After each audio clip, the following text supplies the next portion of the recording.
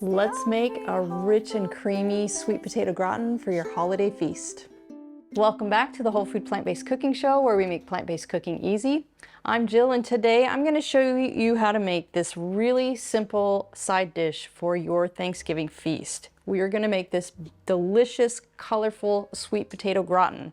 So instead of making that real sticky sweet potato dish with the marshmallows on the top, this can take its place, and it's super healthy, but equally as decadent. You're just gonna love it.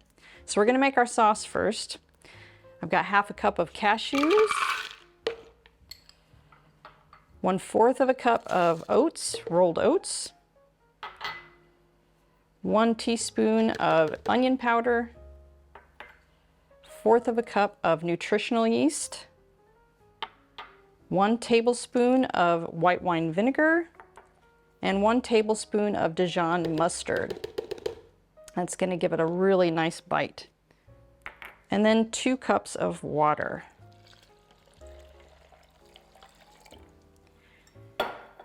And this is great. You can just use your smaller blender for this so it can handle it really easily.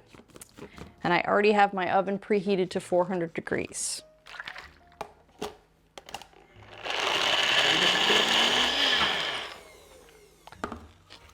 All right, the sauce is just that simple.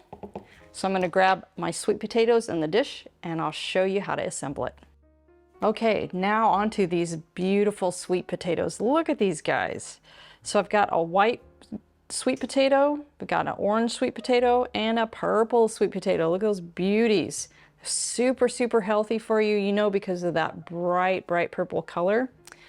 When you're selecting your potatoes, you want to get them all pretty uniformly in size because we want them to be pretty close.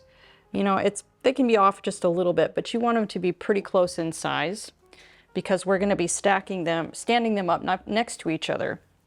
So we're just going to start out. I like to keep them kind of separated because we're only going to do one color at a time. So I'm going to put all of the sauce in my bowl. So you need to mandolin cut them, and they're all going to be about 1/4 of an inch thick. All right, so we've got our sauce in here, and I'm going to start with the purple ones because I have a little bit more of the purple. So I'll probably end up making 2 lines of the purple. Just going to put them all in the bowl first. We kind of need to get them coated a little bit before they go into the bowl. Just going to give them a little gentle stir just to make sure both sides are all coated.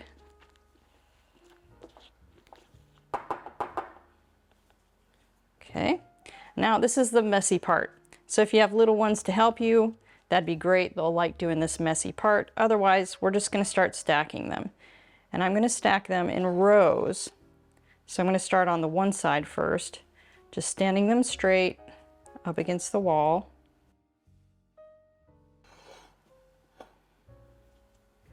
And you're just going to keep going until you have that whole side finished. And you're just going to keep going until you have all of that full. Then I'm going to do another row on this side, and then I'll finish up with the red and the white ones, and I'll show you how beautiful it is when it's done.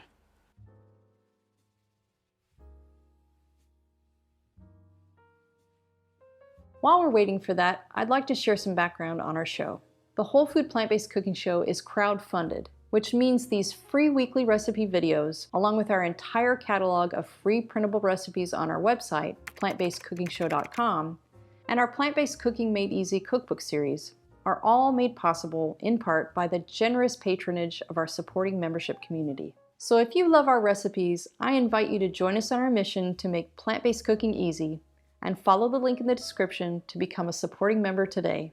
There's no denying the plant-based diet is a nutrient powerhouse, but did you know there are a handful of hard-to-get nutrients even well-crafted diets are often lacking? The latest research suggests that complementing your diet with a few specific vitamins, minerals, and omega-3s will help boost your energy and keep you thriving for the long term. That's why my daily health routine includes Complement Essential. Complement Essential contains the 8 critical nutrients lacking from most plant-based diets in dosages optimized specifically for us. Plus, Complement is completely transparent about ingredient sourcing and third-party testing, publishing the results directly on their website. As a special discount for our viewers, just use code PLANTBASEDEASY at checkout to save 15% off of your order.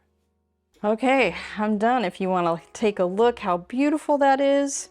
And if you have extras left of these potatoes, you could always make just a smaller little dish so that you can take that home with you after your meal.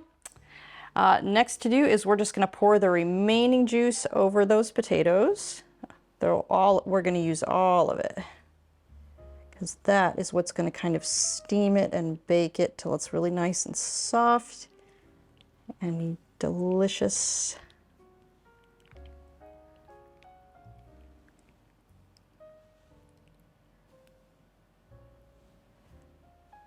All right. Then what I like to do on the top, I have a ½ teaspoon of thyme. You could also use fresh. This is just dried. And I just sprinkle it on the top just for some extra flavor, and it makes it just look a little bit fancier.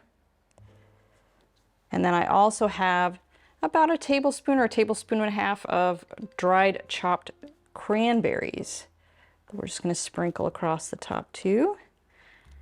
And this is such a rich dish. It's nice to have something like cranberries that have a little bit of a tart bite to it to get, break up a little bit of that richness. Oops, spread them out a little bit.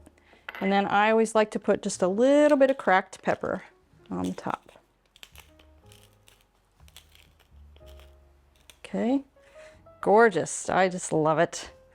All right, so this casserole dish, along with many other pretty shallow casserole dishes, a lot of the times they don't come with a lid.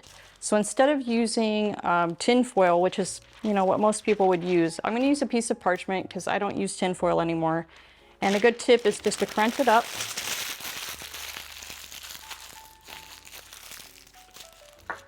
And then you spread it back out.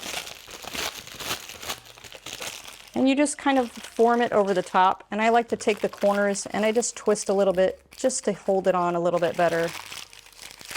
We just want to cover it so that while it's cooking, it's going to kind of steam, and then you don't overcook the tops of the potatoes that are sticking up above that liquid. Otherwise, it'll probably get too dry. All right, so our oven is on 400 degrees. We're going to stick it in for 45 minutes. Then we're going to take the paper off and finish it for about 15 minutes just to kind of brown the top of it. Okay guys, it is out of the oven. Come and take a look because it's gorgeous. I just love it. And how the sauce around the purple sweet potatoes, it even turned the sauce a little bit purple. It's beautiful and it smells incredible. So I'm gonna let this cool for a few minutes and then I'll meet you at the table for a taste. All right, let's taste this guy. I'm gonna do the purple sweet potatoes because that is my favorite. That sauce is cooked in there really well. It's still pretty hot though.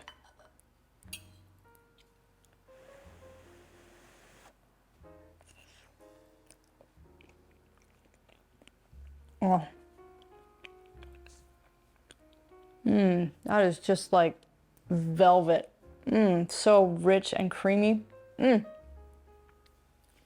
You're gonna love it.